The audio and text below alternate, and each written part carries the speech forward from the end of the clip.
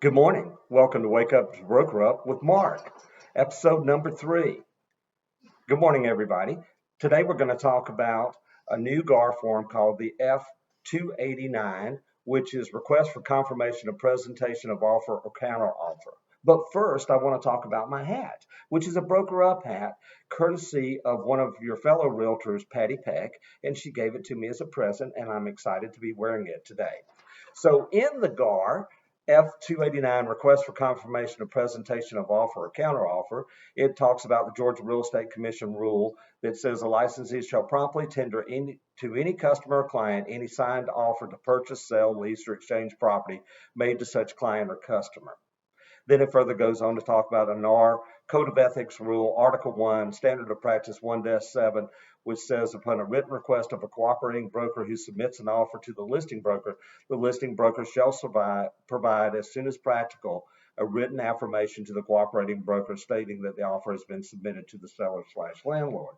So, what does that mean in practical terms? Well, as an industry, we have gotten to a point where a lot of people wonder whether or not the offer was actually presented to the seller.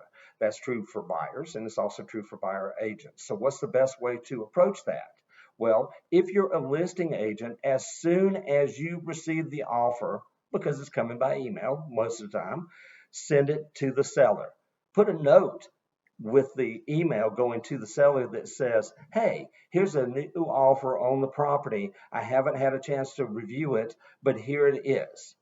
Then immediately after you send that to the seller, you can turn right around to the buyer's agent and say, hey, thanks for the offer. It's been submitted to the seller. Boom. You've got a written trail that you first presented the offer as soon as it came in. And second, you gave confirmation to the buyer's agent that the offer had been submitted.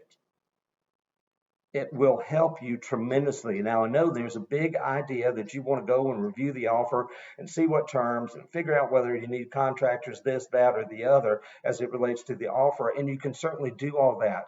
But first and foremost, every time you get an offer, send it to the seller immediately via email. Get confirmation from the seller that the seller received it. And then further, take the next step and tell the buyer's agent that the offer's been received and been submitted to the seller. Don't do it until you do it, but then do it, okay? So hopefully that'll help. There's some written information attached to the email as well. If you have any questions, reach back out, email me back, or contact your broker to talk about it further. Have a great day. Bye-bye.